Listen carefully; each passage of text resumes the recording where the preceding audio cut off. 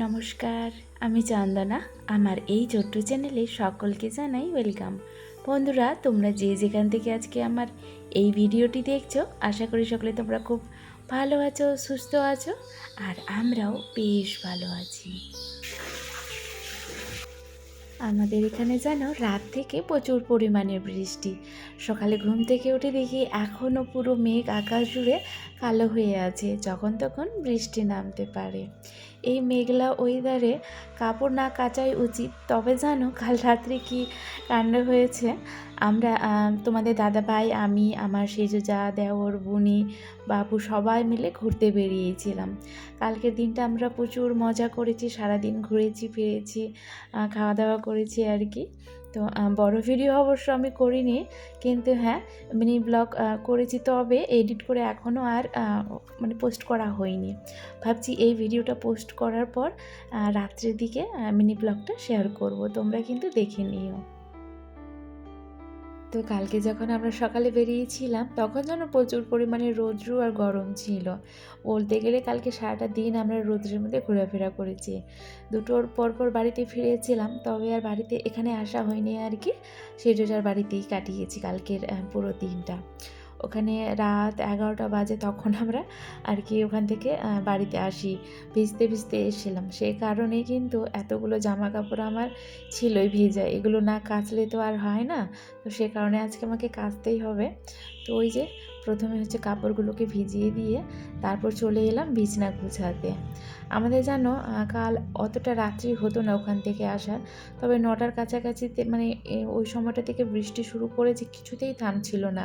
ভাবছি আরেকটু থামুক, তারপর বেরোবো, আরেকটু থামুক, এরকম করতে করতে দেখছি না 11টা বেজে যাচ্ছে, তবুও কিন্তু আর বৃষ্টি থামছে না। সেই কালকে তারপর তো আমরা ভিজতে ভিজতে চলে এসে প্রচুর মজা পেয়েছিলাম অবশ্য। অনেক দিন পর বৃষ্টিতে এইভাবে ভেজা হয়েছিল। আজকে যখন সকালে ভিডিওটা শুরু করি তখন তো তোমরা মেঘের অবস্থা দেখলেই। মাঝখানে অবশ্য বৃষ্টিও এসেছিল, তবে এখন জানো আবার হালকা রৌদ্রু তুলেছে। এই রৌদ্রু দেখে আমার কাজের স্পিডটা একটুখানি বেড়ে গিয়েছে। আসলে এই বর্ষার দিনে রৌদ্রুর তো কোনো বিশ্বাস নেই, এই আছে এই নেই। তো সকাল সকাল কাপড়গুলো কেচে শুকাতে দিতে পারলেই কিন্তু আমি বাঁচি। তো সেই কারণে চটপট এই ঘরের বিছানা চাদর ঝেড়ে সুন্দর করে পেতে নিয়ে নিচটা ঝাড় দিয়ে মুছে নিচ্ছি। এখনও কিন্তু আমার ওই রুমের কাজ বাকি রয়েছে, তো ওটা পরে করব। যেই দিন যেমন সেই দিন সেইভাবে আর কি কাজগুলো করাটাই ভালো। যেমন এই যে আজকে মনে হচ্ছে কি বৃষ্টি আবারও আসবে, তো সেই কারণে ভাবলাম না, আগে তাহলে কাপড়গুলো কেচে স্নানটা করে পুজোটা দিয়ে তারপর বাকি সমস্ত কাজগুলো করা যাবে। আগে এই কাজগুলো এখন আমাকে করে নেওয়াটাই ভালো।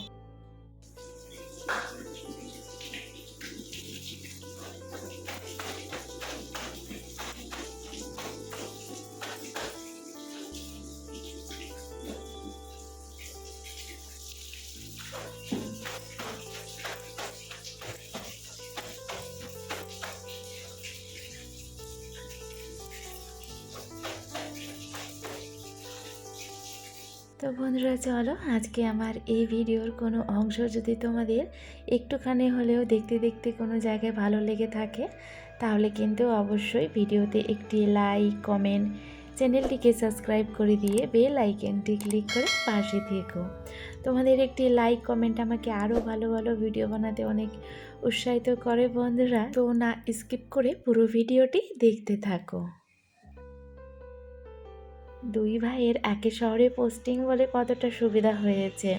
হুটহাট করে প্ল্যান করে এই যে ছেলে মেয়েদেরকে নিয়ে একটুখানি ঘুরতে পারছি। কালকে যেমন আমাদের যাওয়ার কোনো কথাই ছিল না, হঠাৎ করে আর কি এই প্ল্যানটা হয় আমাদের, কি রবিবার আছে ছুটির দিন, তো চলো সবাই মিলে একটুখানি ঘুরে আসি। আমাদের যাওয়ার কথা ছিল আলাদা জায়গায়, জানো আমাদের মালদাতে, যারা মালদার আশেপাশে থাকো বা মালদা চেনো তারা তো অবশ্যই জানো, মালদাতে একটি ছোট্ট যেটাকে নাম দিয়েছে হচ্ছে মিনি দীঘা আর কি, ভাটরা বিল। তো সেখানে দীঘার মতো জল চারিদিকে, সবারই যাওয়া হয়েছে জানো, তবে আমাদের যাওয়া হচ্ছে না। এত কাছে থাকি তবুও কিন্তু প্রত্যেক বছর দেখি প্রচুর মানুষ ফেসবুকে আর কি ভিডিও পোস্ট করে দেখি, কিন্তু নিজে গিয়ে আর কি দেখা হয় না। তো সেখানেই আমরা প্ল্যান করেছিলাম, কি কালকে তোমাদের দাদাভাইকে আর কি বলে কয়ে যদি একটুখানি রাজি করাতে পারি, মানে নিয়ে যেতে পারি। তবে জানো রাত্রের মধ্যেই প্ল্যানটা চেঞ্জ হয়ে গেল। দেওর ফোন করে আর কি তোমাদের দাদাভাইকে বলল কি কালকে এভাবে আর কি বেরোবো। তোমাদের দাদাভাই আবার এক কথায় রাজিও হয়ে গেল।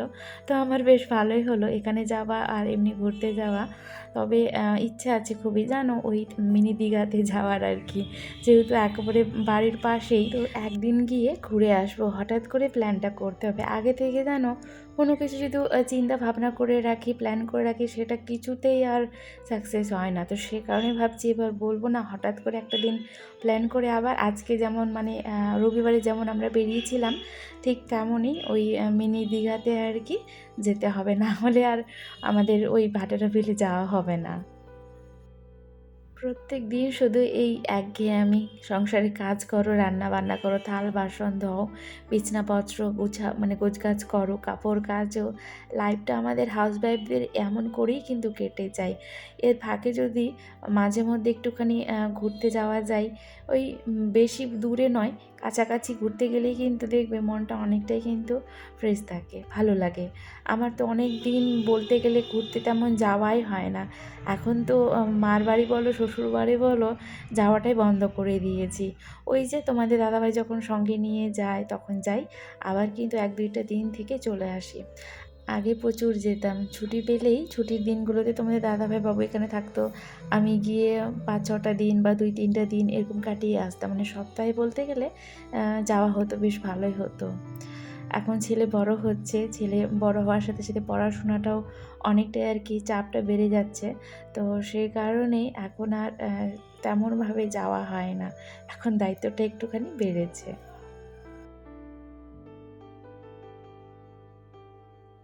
তো দেখো তোমাদের সাথে গল্প করতে করতে প্রায় আমার অনেক কাজই কমপ্লিট হয়ে গিয়েছে। স্নান করে পুজো দিলাম, পুজো দিয়ে ওই যে পাশের রুমের বিছানা গোছানোর কাজটা কিন্তু আমার বাকি রয়েছিল, তো সেটাও কমপ্লিট করে চলে এসেছি এই যে রান্নাঘরে।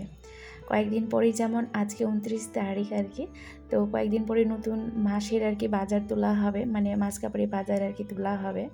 আর ওই তেলের কন্টেনারে দেখো তেল কিন্তু নি, ওটাতে আমি সাদা তেল রাখি।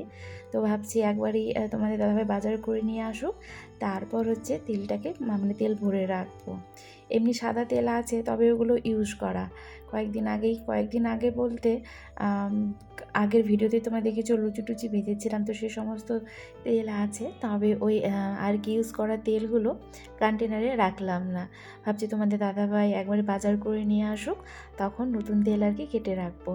আর জানো যেহেতু এই মাসকাবারি বাজার ঢুকবে বলে হালকা হালকা করে একটুখানি ক্লিন করে রাখছি আমি, তাহলে একসাথে আর ওই পরিষ্কার করার কাজটা বেশি থাকবে না। যেমন যেটাতে আমি মাসকাবারির ওই মশলাপত্র সমস্তটাকে আমি কিন্তু প্রত্যেক মাসে সেটা ক্লিন করে কোনো বার যেমন অনেকটা নোংরা হয়ে গেলে তখন আমি সুন্দর করে ধুয়ে মেজে আর কি পরিষ্কার করে রাখি।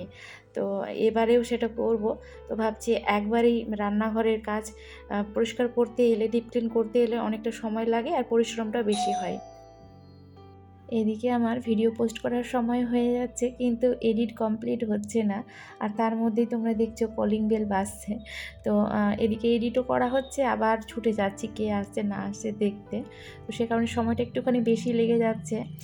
আর যারা ডেলি ব্লগ শেয়ার করে প্রত্যেক দিনের ভিডিও প্রত্যেক দিন এডিট করে পোস্ট করে আর কি, তারাই একমাত্র এই কষ্টটা বুঝবে কতটা ধৈর্য শক্তি মানে সময় নিয়ে আর কি এই কাজগুলো করতে হয়। তো কিছু করার নেই, পরিশ্রম ছাড়া তো সফলতা আর এমনি এমনি আসবে না, পরিশ্রমের পেছনেই কিন্তু সফলতা ছোটে।